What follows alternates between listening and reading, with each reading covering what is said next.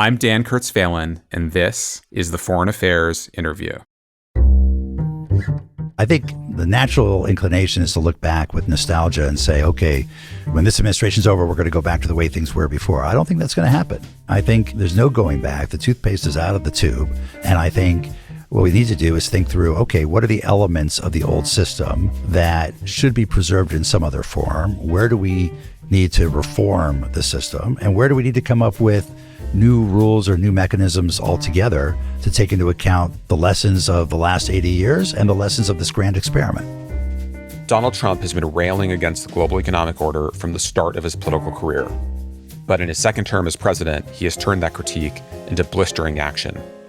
In just 5 months, the trade war that started with his April tariffs has completely reshaped the global economy and struck at the very heart of the trade system that emerged after the end of the Cold War. To Michael Froman, the diagnosis is terminal. Froman, now the president of the Council on Foreign Relations, which publishes foreign affairs, served as U.S. trade representative in the Obama administration. Even if pieces of the old order managed to survive, he writes in the new issue of Foreign Affairs, the damage is done. There is no going back. Trump's America First trade policy and China's analogous strategy herald a new order of protectionism, unilateralism, and mercantilism. Froman warns that economic anarchy could ensue. But as he sees it, any hope of resurrecting the corpse of the old order is delusional. Nostalgia, he argues, is not a strategy. Rather, the task at hand is to build a new global economy shaped by rules, even without a global rules-based system.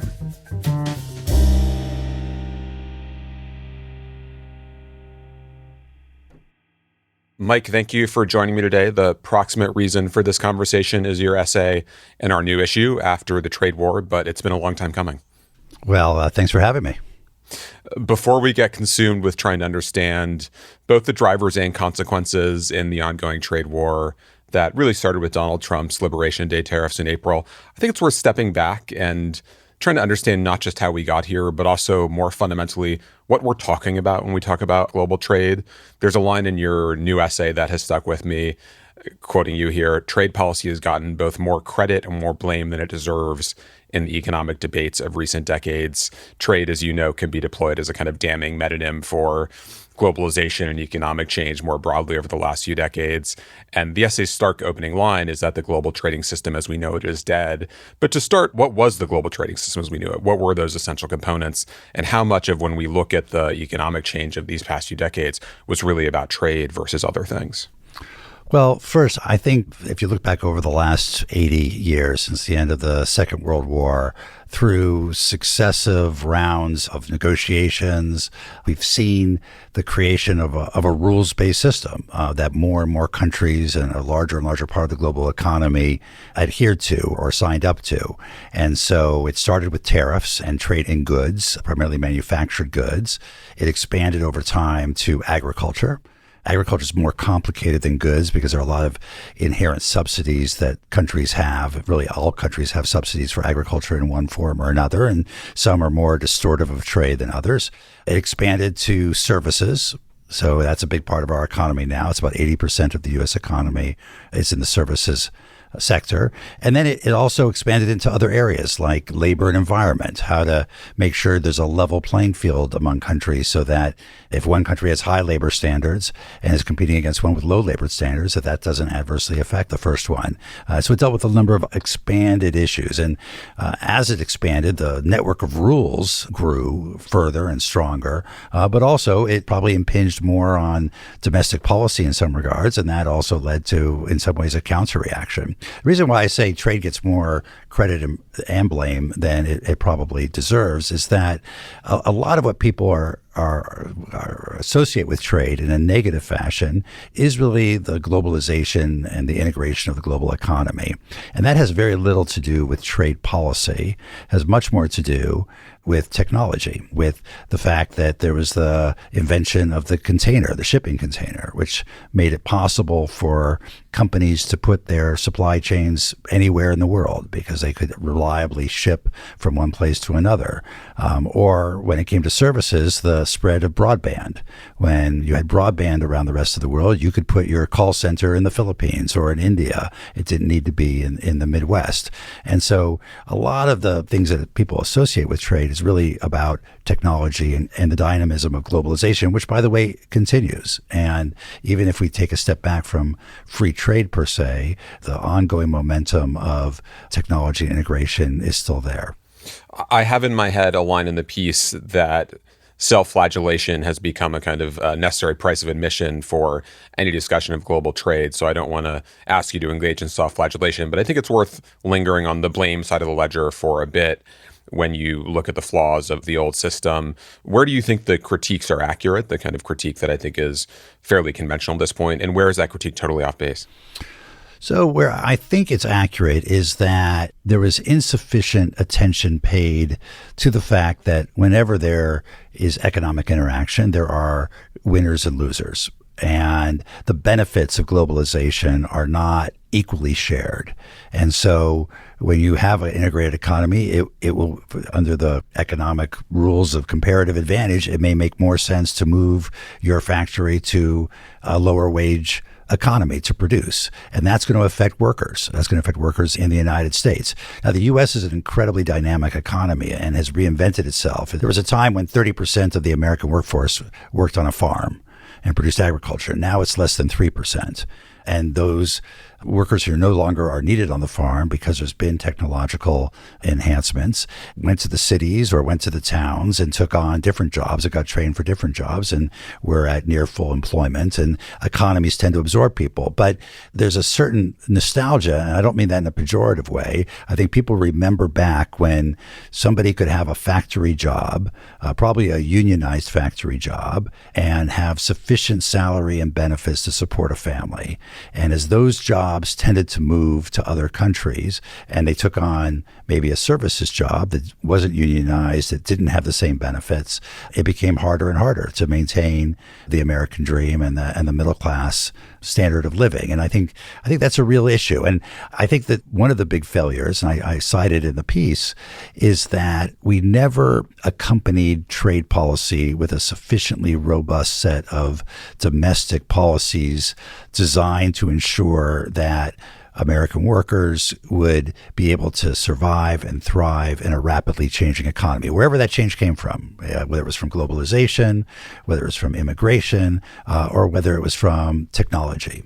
Whatever the impact of globalization was. And the estimates are, for example, that when China came into the World Trade Organization, became fully integrated into the global economy, it probably had an effect on 2 to 3 million manufacturing jobs in the United States. All right, we have 330 million people. We have a workforce of about 150 million people. So, but over a 10 to 12 year period, 2 to 3 million manufacturing workers were affected. If you think about the potential impact of artificial intelligence and robotics and the combination of those two things, we could see a much greater impact than 2 to 3 million jobs. And yet we still don't have the domestic policies, neither the Republican or the Democratic administrations or Congresses have really paid enough attention, in my view, to what's necessary to ensure that people can live through transitions, get lifelong learning, take on new skills, and have good, high-paying jobs to support their families and their communities going forward.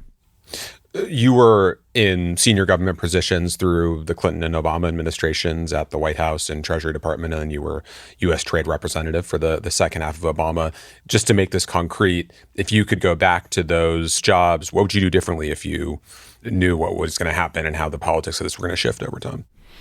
Well, one, I think first I would pay a lot more attention, or get people who are better than I am at this to pay a lot more attention to the politics, period.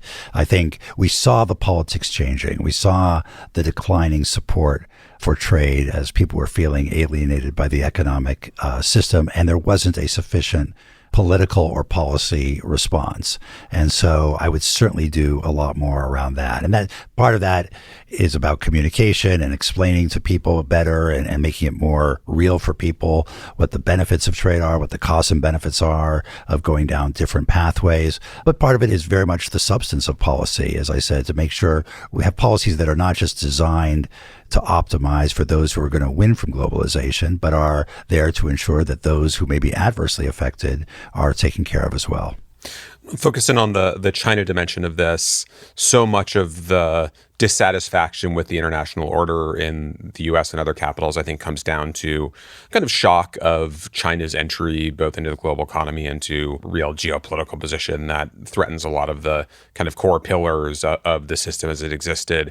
You noted in the new piece and in pieces you've written in the past that the multilateral trading system, quoting you here, suffered from design flaws that proved to be particularly salient with the rise of China and consequently planted the seeds of the system's demise. I think some of that is about the assumption that China would converge with us over time, that would become more like us, both economically and politically, but also certain economic practices that were central to China's rise that just weren't things that the system had focused on, or the system wasn't set up to address them. What were those, and where were those specific failures from the global trading system as you saw it? So I think when the WTO, World Trade Organization, was created in the mid-90s, so this is before China had sort of demonstrated it was on this path of market reform. It was just at the early stages of that, and certainly before they joined the international trading system. The rules that were created didn't really anticipate an economy as big and as important and as integrated into the global economy like China that was following a very different playbook. So state-owned enterprises, the distortive effect that state-owned enterprises had. Now, lots of countries have state-owned enterprises. Europe has Airbus, which is effectively owned by several governments in Europe. But the portion of the Chinese economy that was controlled by state-owned enterprises and the distortive effect they had across several sectors was not something that the system fully anticipated. And similarly, the subsidization that the Chinese government was willing to put into one sector after another in order to gain prominence or dominance in it over time, whether it was solar panels or now electric vehicles, machinery generally, that was not anticipated. How to put constraints on subsidization. China's practice, frankly, of intellectual property rights infringement was not fully integrated into the system. There were rules on intellectual property rights, but it was not the strongest part of the WTO compared to many of the other disciplines. So there were several areas where I don't think the global system anticipated the nature of the China challenge. And that wasn't an oversight. I think it was in part that there was a view that China was on an inexorable path towards greater market opening, greater liberalization. Jiang Zemin and Zhu Rongji in the 90s, very much laid out their model for that. I think one thing we did not anticipate was that trajectory would not necessarily be linear. It didn't go as far, it didn't go as fast as we anticipated. And President Xi, in many respects, prevented it from continuing and in some places reversed it. And that's, I think, a cause of a lot of the tensions that we see now between not just China and the United States, but China and the rest of the global economy. And my sense is that the Obama years was the moment when people in the U.S. government really started to run up against some of these central features of the Chinese system and become frustrated with the inability of both Washington and the global system more broadly to really do anything about them. Is that fair? I think that is fair. I think when the Obama administration came in, for example, there was a big multilateral negotiation going on under the World Trade Organization called the Doha Round, and it was designated to be the development round. And if you go back and read the documents of the Doha Round, it's really quite astounding because it was basically saying countries like China shouldn't be asked to do as much as countries like the United States and the U.S., Europe, the other developed countries should have strong disciplines on their behavior, but developing countries, and China was very much defined as a developing country, should have much freer reign. Well, that just wasn't. In 2009, as we're looking at what China had become in over a relatively short period of time, over the previous 8 or 9 years, that just was not palatable. You couldn't imagine locking that in. And the Obama administration, this is just one example. I remember President Obama going to some of these summits, the G20 summit, and saying to his counterparts, this is not going to happen. Like the Doha round is not going to get completed on the trajectory it's on. This is not an acceptable outcome, and we need to take a hard look at this. And that was a shock to the system. And it was really the first time, I think, any country, and certainly the first time the United States had stood up and said, we need to take this into account, the rise of China, a very different model, as we think about this going forward. That was one element of it. And then in the bilateral negotiations and consultations with China, there were lots and lots of conferences between U.S. officials and Chinese officials, and we would lay out over and over again sort of the bill of particulars of what China was doing that was distorting trade, that was creating tension. And we would warn the Chinese that, we would remind them that their incredible success in alleviating poverty in their country was dependent and was in many respects aided by a very benign international environment. The fact that the rest of the world was willing to rely on China as its manufacturing floor and to open its markets to Chinese imports. And if that benign international environment changed, that would put pressure on China, would create problems for it, that China needed to address these issues. And I think we made some modest progress, but on the whole, I think China basically stiff-armed the rest of the world. And that's exactly what's happened now. Now the benign international environment is largely gone, and the U.S. economy is closing to China. Europe is becoming more protectionist, notwithstanding recent summit meetings. India, Brazil, other major emerging markets are very worried about Chinese imports undermining their own aspirations to develop a manufacturing sector. And it's going to, I think, over time, require China to look inward at the kind of reforms that we've been encouraging them to do for several years now, to focus more on their domestic economy, domestic demand-led growth, consumer demand-led growth, as opposed to relying on subsidizing exports as a way towards growth. Do you see any sign that this new response to China's intransigence on that front will be more effective than the kinds of messages you tried to send a decade ago? Yeah, I think a couple of different factors are coming together. One, the rest of the world is beginning to articulate this to China. There's more coherence, I think, among the rest of the world than there has been before in terms of the nature of the China challenge. And then China, for its own reasons, has laid out its strategy of dual circulation, or however you want to put it, that focuses more on being more self-reliant and looking internally for some of its growth as well. Now, it has not stopped China from producing way too many factories of electric vehicles and excess capacity for steel and solar panels and a variety of other products that they've got to find a market for. And it has not yet led China to do the kinds of reforms like putting in place a real social safety net so that consumers are not saving so much of their earnings, but are actually spending it and driving demand at home. But that, I think, is the next step. And hopefully, through this process, while it's more painful now than it had to be, hopefully China will go down that path. And that will, I think, relieve some of the tensions with the rest of the world. You wrote a piece in the spring called "China Has Already Remade the International System," arguing that after years of complaining about some of these features of Chinese economic policy, the United States and a lot of other countries had essentially decided to adopt them for ourselves. I'm quoting the piece here. "The United States is now operating largely in accordance with Beijing standards, with a new economic model characterized by protectionism, constraints on foreign investment, subsidies, and industrial policy, essentially nationalist state capitalism." That seems even more true with a few more months on the record, given the government taking stakes in Intel and claiming a golden share, right? So that piece certainly stands up. But I'm curious, as you look at the ways in which the U.S. has tried to learn from Chinese economic success, do you see anything in there that is a wise policy change, or is that all kind of imitation that we'll pay for over time? So I do think there is a rationale for some of these measures, particularly where national security is at stake. The Biden administration, I think, was quite focused and judicious in how they use some of these tools. So the Chips and Science Act, for example, this is more of a reliance on Taiwan rather than China, but it's being overly dependent on any one country for something that is so critical to our economy, but also so critical to our national security, I think is dangerous. And so we became overly complacent because it was so attractive to produce in China, not just the cost of labor, because actually the cost of labor went up over time, but the whole infrastructure and the management there that made China the obvious place to put your next factory if you were in a boardroom deciding on behalf of a company.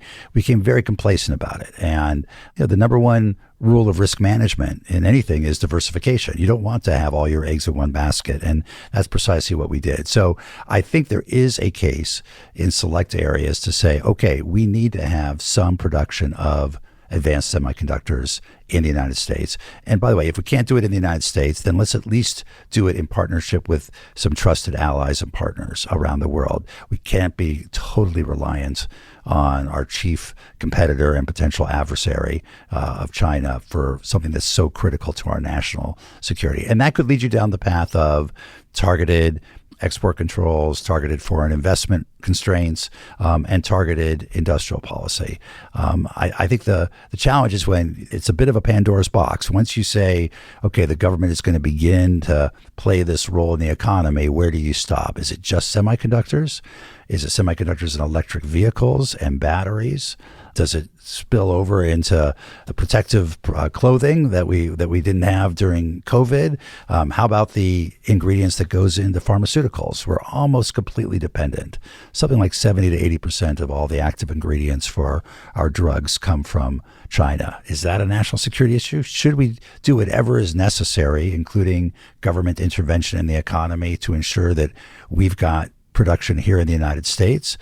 Is it sufficient to say we can buy it from Switzerland, Canada, Ireland, elsewhere? Those are the kinds of questions I think we need to deal with on a sector-by-sector basis.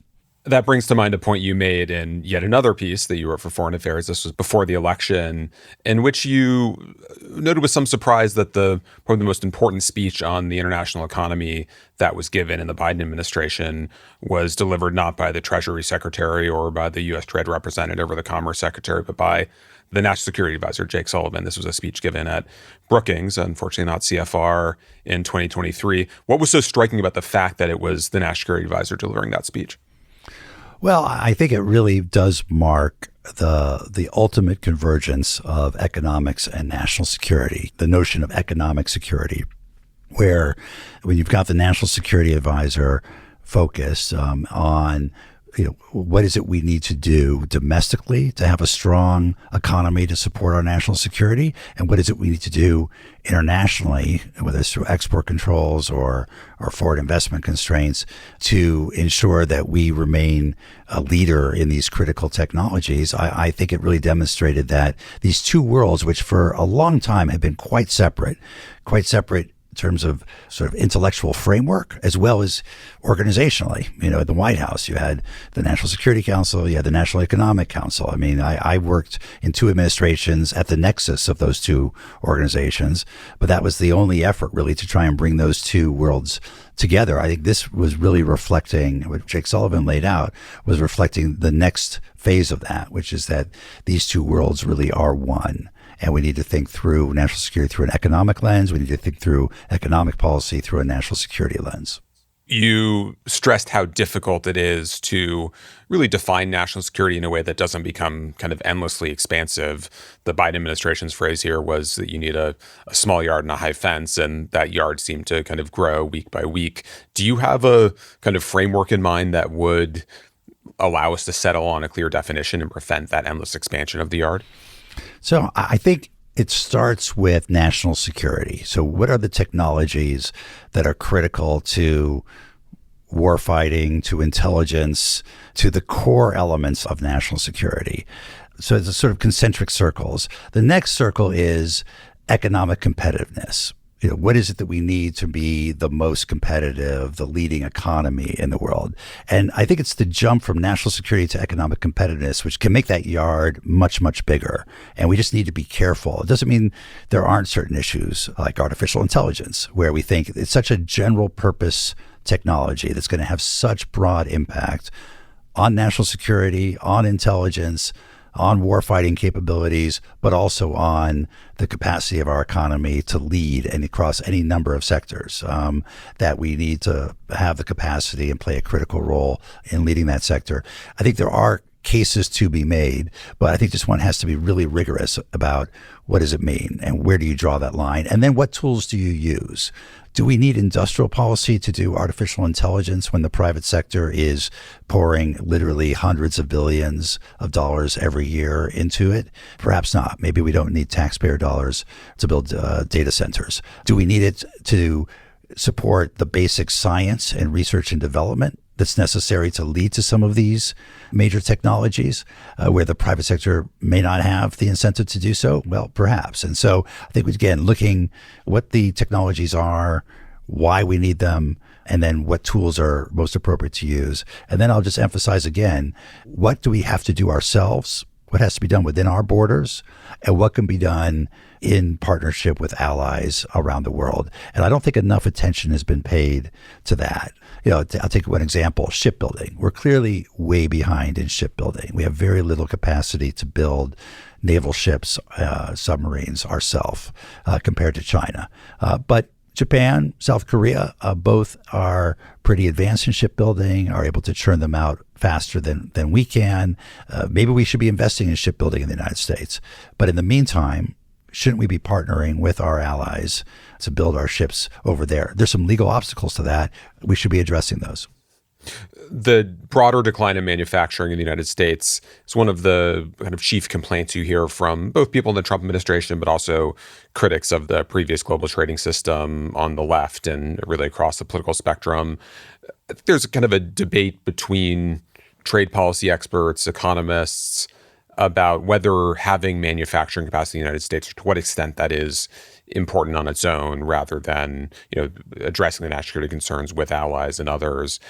Can you, if you kind of look at those arguments, can you, with apologies for the bad pun here, kind of steelman the argument for reshoring U.S. manufacturing that is made by some of those critics? Where do we need manufacturing capacity here, whether that's because of jobs or security concerns or anything else? So I think we need to take a hard look at this. And you mentioned jobs there at the end, because my sense is that manufacturing in the future, it may well be the case that we need to produce more manufactured products, particularly in particular sectors that are relevant to national security or broad economic competitiveness in the United States. But we're likely to do so with fewer workers than we did in the past. And we should be clear-eyed about that. What we see in China going on now and in other countries, Japan, South Korea, elsewhere, the factories of the future, they may produce more manufactured products, but our manufacturing job numbers may not go up that much. Those are, I think, two separate issues, and sometimes they get conflated. I would start with the first, which is really what products do we need to make here to be a serious, real economy. And yeah, economists will say, well, it doesn't really matter. I get it that there are benefits to being a manufacturing country, particularly when it comes to products that are central to our national security. I also think we need to further explore integration with allies and partners. Again, I'm just sort of ringing that bell again, because I think we haven't paid much attention to that. And in fact, we've sort of pushed a lot of our partners away who could be diverse sources of some of this material that we don't have to produce, or where it doesn't make sense to produce it in the United States alone. We'll be back after a short break. And now back to my conversation with Michael Froman. So let's focus in on the Trump dimension of this. We've avoided that for the first stretch of this conversation, but I do want to get your sense of how things have played out in the last 5 or so months since the tariffs really started to escalate. As you look back at the international reaction over those months and the economic reaction, what has surprised you, if anything, about their response to Trump's tariffs? Well, look, I think one thing that surprised me is that if you had asked people a year ago What will the world look like? Will you accept a world in which tariffs at a minimum from the U.S. are 10% and may go up to 50%? I think most of the world would have said that's crazy. It would be disastrous. It would be catastrophic. I think the president has successfully, in his negotiating approach, laid out very high demands and then ratcheted back from those demands to something that is still very high historically. Before the first Trump administration, the average applied tariff was about 2.5%. We're now at about 16, 17%. And we'll have to see where this lands, because there are a lot of other trade cases currently going through the system, which could raise tariffs in particular sectors even further. Of course, on the other hand, some of the tariffs that the president's put on have been challenged in court, and we'll have to see how the court decisions ultimately play out as well. But we are 5-6 times the tariff levels we were before. And I think that surprises me that the markets have sort of absorbed that. Other countries have basically been forced to accept that. It shows the leverage that the president has been able to use with other countries. Now, it comes at a cost over time, I think, in terms of our relations with these other countries. But the reality is they've come to the table and they've been eager to sign agreements to get off the front pages of the newspaper. So I think that surprises me. I think so far, the economic impact of the tariffs, and I say so far because I think we shouldn't be complacent about this. Some of these impacts may come in the coming quarters. So far, the impact has not been catastrophic. There are lots of anecdotes of companies have had to close down because they were reliant on particular inputs that were coming in from abroad that are now subject to high tariffs. They can no longer afford to produce. We see the ticking up of inflation, but not as high as many would have expected at this point. We have not seen the impact on growth necessarily, although obviously some of these recent job numbers are of concern, and there are various explanations for that. So I'd say the economic impact so far has not been catastrophic. The market impact has been positively complacent, and we'll see how that plays out over time. My sense is we have not seen the end of this story yet. What is your explanation for the complacency of the markets? Is that kind of mass delusion and we're all kind of headed for a fall, or is there some real signal there? Well, look, a lot of people put too much faith in the markets. Remember, markets tend to go to extremes, and that's why we have bubbles and then why we have crashes. And we've had the great global financial crisis. We had the dot-com bubble. We've had real estate bubbles. So every 10 years or so, we have a major economic crisis because of a market reaction. And so I don't put too much weight on, certainly the equity markets. Where I think the equity markets, and I'm no expert in this, but equity markets look for any piece of good news.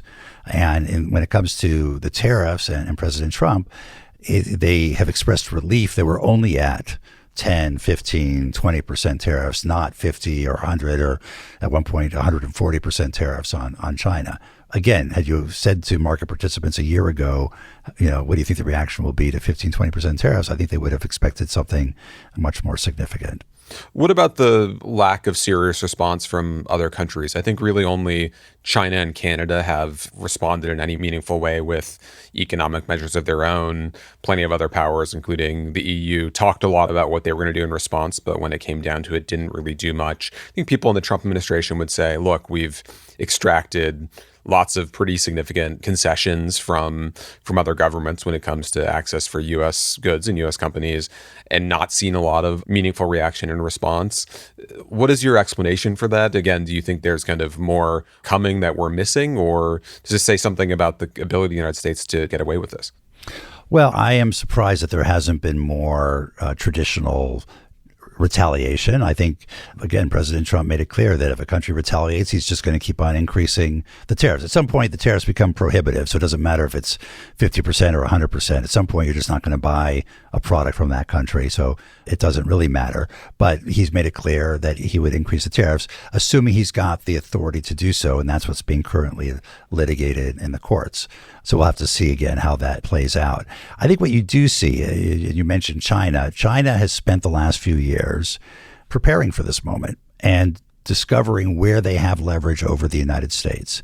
And they have leverage over access to critical minerals, to magnets, to a number of products. I mean, even some of the semiconductors that we want to produce here end up going back to China for processing in one form or another. So, they've got a lot of leverage over us, and in my view, they've played it very well to demonstrate in a targeted way that they are prepared to use that leverage. And that has forced the Trump administration to back down.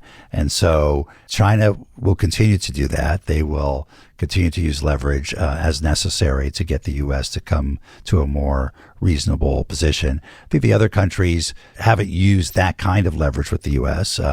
We're completely dependent, as I understand it, on Canada for potash, which is a chemical or a product that goes into fertilizer and a variety of other things. I haven't seen the Canadians say they're going to cut off our supply of potash. So there are things that other countries can do. I think one question will be, Dan, what happens when we want another country to work with us on another issue? Export controls, for example. We control a number of these products, but in some sectors, it requires allied cooperation. And it's painful for an allied country to say to its company, the U.S. has requested that you not sell this product to China. Out of our relationship with the United States, we are asking you not to do that, and we're forcing you not to do that. Whether we'll have the goodwill to get other countries to do that kind of thing going forward, I think, remains to be seen. Let me just linger on that, the legal case that you mentioned, the litigation over whether Trump is even allowed to impose these tariffs under the authority that he is invoking, the International Emergency Economic Powers Act, I believe, IEPA. Mm-hmm. You spent plenty of time looking at the kinds of tools that a president has to engage in negotiations and use American economic power. Do you believe that Trump is doing this legally? So he's using a number of different authorities. The one that's been challenged has been IEPA, as you said, and he's declared that we were in an economic emergency that allowed him to use it. That's a novel use of IEPA. I can't tell where the Supreme Court's going to come down on that particular question. I do think whether or not he can use IEPA for these tariffs, he has plenty of authority that's been delegated to the executive over decades to impose tariffs. They take more time. IEPA was his shortcut to be able to declare an emergency and immediately do it. But he has, there's something called Section 301 and Section 232 and Section 122. There are all these other authorities that the president can use, the U.S. Trade Representative can use, and the Department of Commerce can use to impose tariffs on other countries if they're determined to do so. And so my sense is one way or the other, the president's going to find a way to impose tariffs if that's what he wants to do. If his exercise of authority under IEPA is overturned, then he may just be required to jump through a few more hoops. So in the new essay, one of the really scary scenarios that you lay out is contagion. And I'll read one line from the piece here, which I think makes it very clear. You write, quote, "The risk of the United States and China playing by their own rules, with power the only real constraint, is contagion. If the two largest economies in the world operate outside the rules-based system, other countries will increasingly do the same, leading to rising uncertainty, drags on productivity, and lower overall growth." As you look at those fears now in the months after Trump imposed these tariffs, what would real contagion look like? And if that does spin out of control in the way you worry about, where does that take us? Trade in every country is controversial, and there's a politics of trade in every country. And so if the U.S. And China go their own way, which they are doing, you could see other countries saying, well, why should we live by these constraints? Why should we be bound by these tariffs? We'll increase tariffs too, or we'll increase subsidization, or we'll prevent foreign companies from doing business in our country, which we committed to allow before, because it undermines our domestic constituencies. And so that's the risk, is that Europe turns inward. The major emerging economies, India, Brazil, Indonesia, South Africa, et cetera, they turn inward. And suddenly you see sort of a downward spiral of disintegration, of deintegration of the global economy. And that takes us back to the interwar period. This is before the global rules-based system was really created, when trade was used as a weapon among countries. And it led to, in many respects, from trade, it became quite easy to slip into military conflict. And so that's the risk, is that, the darkest scenario is that we end up back in sort of a Hobbesian state of nature where every country is doing their own thing at the expense of the others, driven by domestic pressures and politics. But the permission structure has been created by the two largest economies of the world, the United States and China, following their own set of rules. and us being back in a world where countries take actions with each other that could ultimately lead to conflict. How far down that path are we right now? I don't think we're terribly far down that path. I mean, I think what you're going to see, I'll give you an example. The first Trump administration started using something called Section 232 in novel ways. That Section 232 says you can restrict trade if it's in the national security interest. And so the Trump administration first did it on steel and aluminum. They threatened to do it on autos, including autos coming from Germany, which, again, it was very much a stretch to say how an auto coming from Germany is a national security threat to the United States. But that opened the Pandora's box. Now there are 92 filings at the World Trade Organization. The last time I saw it was about 92 of countries doing everything from foodstuffs to consumer goods, saying, these are now national security issues. And it's transparently just an effort by countries to protect their domestic producers of one product or another, but following the example of the United States, who used Section 232 in this way. So that, I think, is the risk, that other countries follow our example in one thing after another. And it's so far, I'd say it's been relatively modest. The system hasn't fallen apart. And a lot of countries, particularly smaller countries, they really look to the WTO as their only way of engaging with the global economy in a constructive fashion. They don't have market power like the United States does, or like China has, or the EU or Japan. And so they rely on the rules-based system to create some stability in their economic relations. And I think they'll be reluctant. They will only do this if they absolutely have to. And similarly, Europe, which, as you mentioned, threatened to retaliate against the United States. But the whole European project, the whole notion of the European Union has been defined around integration, economic integration. There's almost an ideological commitment to free trade there. Now, they're not free traders. They have lots of protectionism, but they articulate a commitment to free trade that is much stronger than ever has been the case in the United States or many other places. And I think they'll be reluctant to abandon the system as well. I think what you'll see at the margins is that countries will take actions to protect domestic industries and constituencies, and it'll become just a less efficient, slower growth economy. And that's a downward spiral. Any attempt to divine some kind of strategic logic in Trump's mind is, I think, met justifiably with some degree of skepticism. So I'm not asking you in this next question to tell me what's in Trump's head, but I do think that there are policymakers in the administration and policy thinkers around Trump who see in those impulses an opportunity for building a new kind of global economic system. There are various components of this and various different visions. If you look at what Bob Lighthizer, your successor as USTR, might say, or I think Jameson Greer, the current USTR, probably has a theory of his own on what should come next. If they do succeed in building a new system, what would that vision look like? I mean, can you imagine a reasonably positive scenario that would come out of that?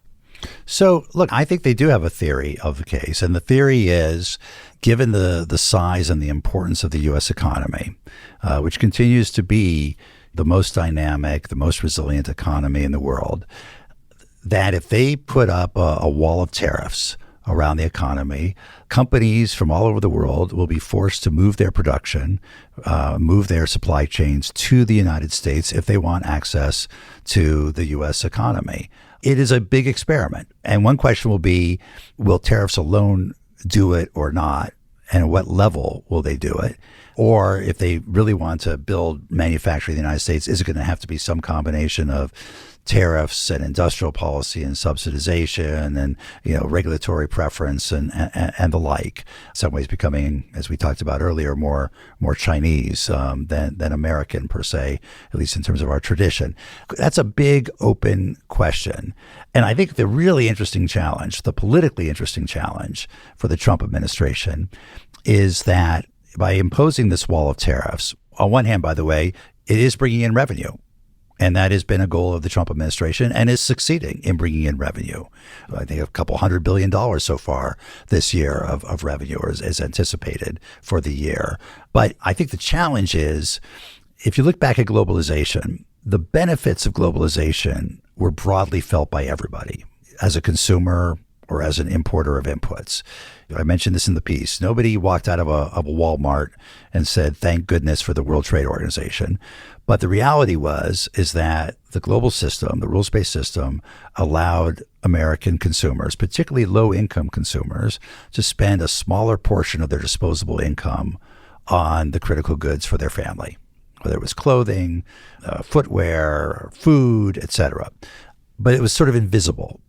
And the costs of globalization were very acute, very visible. And it was the factory in Lordstown, Ohio, Youngstown, Ohio, that closed down and moved to Mexico or moves to China, the jobs lost in those communities, and the impact that that had in those communities on the social fabric and sort of, again, the downward spiral, because investment didn't come in right away to replace those jobs with other good jobs. There was a lag, or it didn't happen at all. It happened elsewhere in the country. Now the Trump administration is engaging in a grand experiment where the costs of tariffs are going to be felt by everybody and be quite visible because there's so much attention paid to them. And the benefits, if they're right, that by putting up a wall of tariffs, we're going to increase manufacturing in the United States, that benefit is going to be felt 4, 5, 8 years from now by a relatively small number of workers in a relatively small number of sectors and a relatively small number of geographies.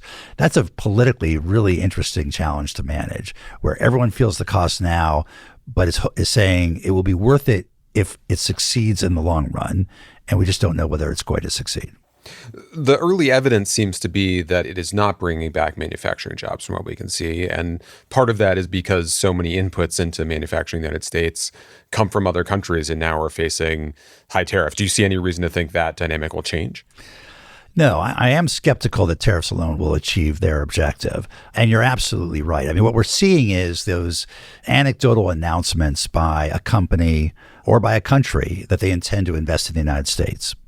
Again, we don't know how many jobs will be created by that, but you've seen a pretty steady set of announcements that the administration has highlighted.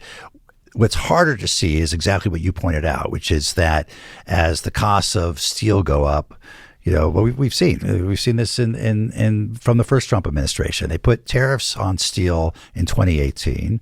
7 years later, there are 1,000 more steel workers than there were before, but there's 75,000 fewer workers in manufacturing industries that use steel because their input costs went up.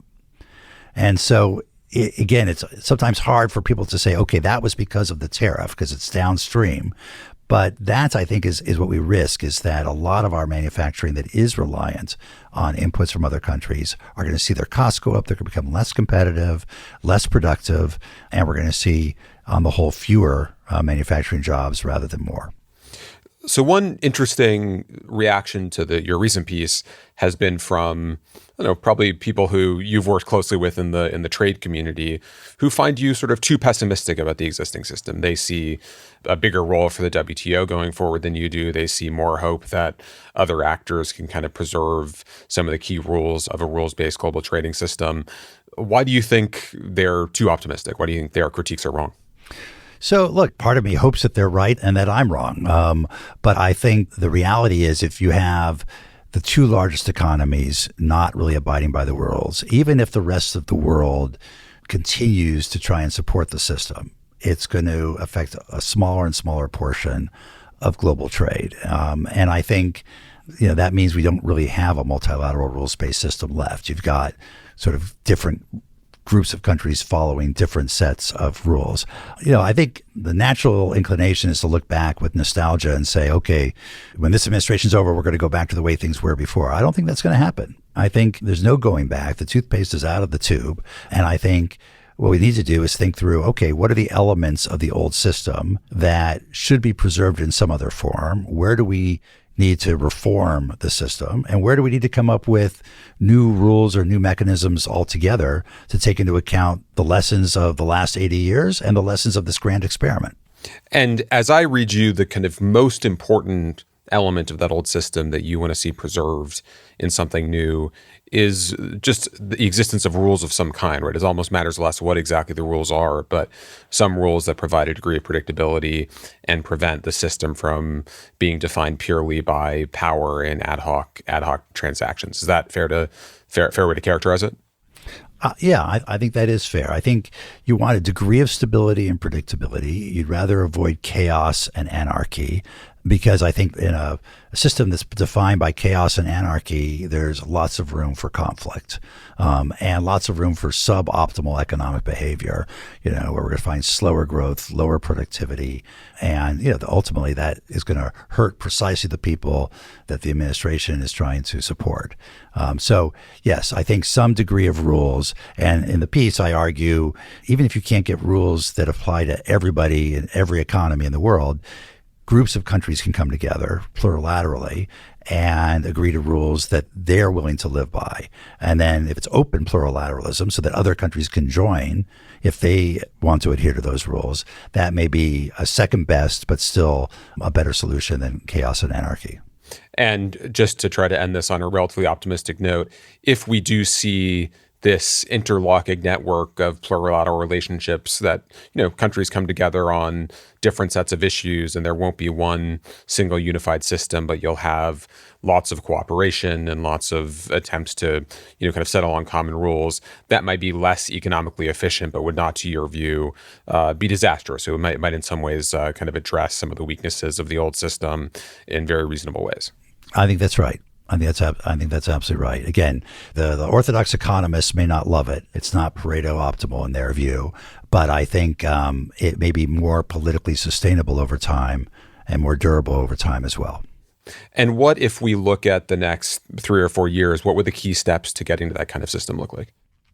Look, I think, first of all, other countries will go about it with or without the United States. We've already seen the agreement that used to be known as the Trans-Pacific Partnership evolve now to include not only the other 11 countries that were in it at the beginning, but also the United Kingdom. And even the EU is considering some relationship with that. So they're willing to move ahead with trade liberalizing integration agreements, even if the U.S. is not. I think it still requires, in my view, or it should require U.S. leadership, because we don't want to live in a world where all the rules are being defined by somebody else, particularly China. And so when it comes to technology or AI or the nexus of economics and national security, perhaps we should be leading an effort with our allies and partners to come up with a set of rules. So there's coherence in how we approach these issues. So that's going to take U.S. engagement and U.S. leadership. I really like the framing of this as a grand experiment, and we'll have to pick up the results of that experiment later on. But for now, Mike, thank you for the great piece in our new issue. It's called After the Trade War, and thanks so much for doing this today. Thanks for having me.